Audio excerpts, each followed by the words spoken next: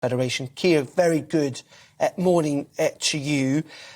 Let's start with where we are in terms of the conflict in Ukraine. We know there are attempts to win back Kherson in the south by Ukrainian forces. Fighting continues in the Donbass region. It is fair to say that even, months and months into this conflict, Russia is still struggling to get the upper hand. That's absolutely right. Now, you mentioned Ukrainian attempts to win back Kherson in the south. That's been expected for a long time, but hasn't actually started on a major scale yet. They're chipping away at Russian gains. But what is happening, we learned from the UK MOD's release this morning, is that Russia is still transferring forces to that southern front to withstand what they're expecting there, an attack from Ukraine. And of course, that contributes to the fact that they've stalled in the east. They haven't made those gains of Ukrainian territory that they were apparently hoping and expecting to do. And meanwhile, they're still deep in their own manpower crisis. They are dragging the bottom of the swamp for all of the people they can get into the armed forces. Volunteered battalions of untrained people, prisoners being signed up as private military company contractors, mercenaries.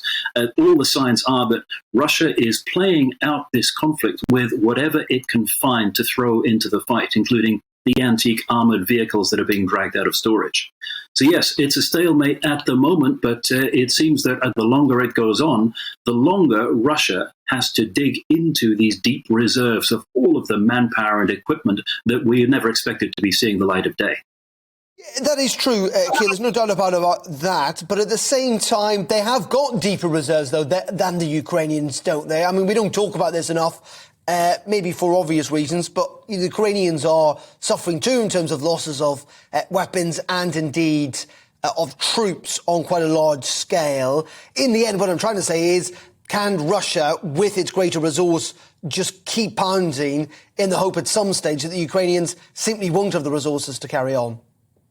We shouldn't rule that out. No, of course, as long as Russia keeps throwing in armored vehicles, no matter how old they may be, if they've got more of them than Ukraine has anti-tank weapons, then Russia still wins. And that's just a symptom of how Russia can keep at this for longer than any democracy could.